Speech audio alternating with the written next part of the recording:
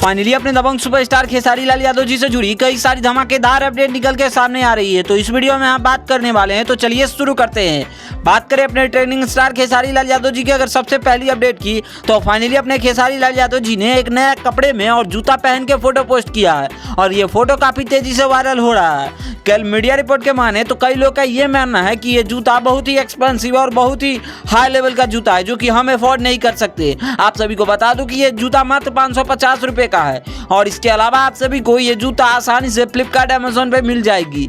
तो यही जूता अपने डाउन टू अर्थ है अपने ट्रेंडिंग स्टार खेसारी लाल यादव जी। वहीं दूसरे अगर स्टार होते तो इससे बड़े बड़े और महंगे महंगे कपड़ा और शूज पहनते। इसके अलावा अगर बात करें अपने ट्रेंडिंग स्टार खेसारी लाल यादव जी की अगर अगली अपडेट की, तो फाइनली अपने खेसारी लाल यादव जी ने अपने नए गाने पे काफी जबरदस्त तरीकों से रील बनाया है, जिस रील को आप अपने स्क्रीन पे देख ही सकते हैं, जिसमें अपने खेसारी लाल यादव जी अपने नए शानदार गाना, जिस गाने का टाइटल रखा गया है पायल, उसी गाने से रिलेटेड रील्स बनाई है।